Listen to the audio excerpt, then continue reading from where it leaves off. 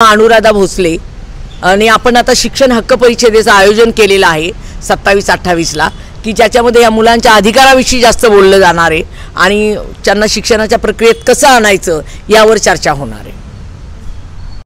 कोल्हापूर जिल्ह्यामध्ये ऊस तोडणी आणि वीट भट्टी या दोन व्यवसायावर 6 महिन्यासाठी मराठवाड्यातनं मोठ्या प्रमाणात स्थलांतर होत असतं।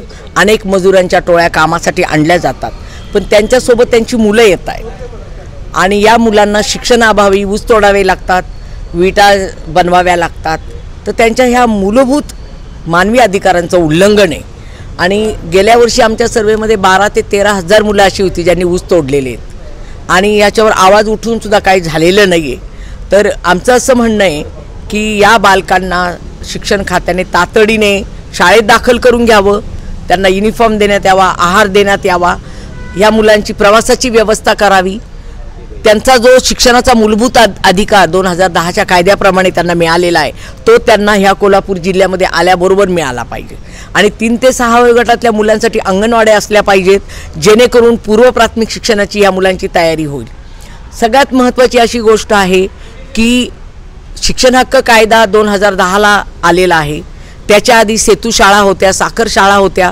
कायदा आल्याबरोबर सरकारने ह्या शाळा बंद केल्या, पण मग ह्या स्थलांतरित बालकांसाठी सरकारने काहीच केलेलं नाही। अक्षरशः ती मुलांची एक पिढी ऊस तोडताना प्रौढ झालेली आहे। मग याला जबाबदार सरकार आहे आणि आम्हाला हे मान्य नाही आहे, ही सरकारची जबाबदारी। सरकारने ह्या मुलांना कुठल्याही परिस्थितीत व्यवस्था करून शाळेत दाखल करावं, मिनी अंगणवाड्या सुरू कराव्यात आणि सध्याला कोल्हापूर जिल्ह्यामध्ये जे बाल अधिकारांचं उल्लंघन होतं आहे, मुलांच्या हक्काचं, ह्युमन राईट्सचं, ते उल्लंघन थांबवावं असं आमचं म्हणणं आहे।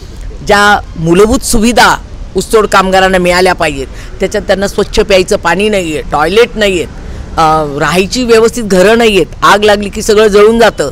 तर कारखानदारांना जबाबदार धरा, त्यांना घरं बांधायला सांगा, कारण टोळ्या येतच राहत आहेत, पण याच्यावर तोडगा निघाला पाहिजे।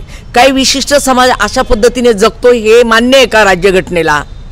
जर आपण समान अधिकार आणि समान संधीचं बोलतो पण दुसरीकडे एक समाज इतक्या अमानवीय पद्धतीने त्या समाजाला वागवलं जातं, तर याला कोण जबाबदार आहे? लोकप्रतिनिधींनी याच्यामध्ये लक्ष घालावं आणि कोल्हापूर जिल्हा हा शाहू महाराजांचा जिल्हा आहे।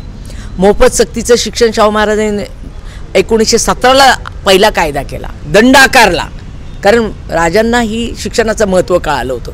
पण आज आपल्या राज्यकर्त्यांना हे महत्त्व कळणं गरजेचं आहे।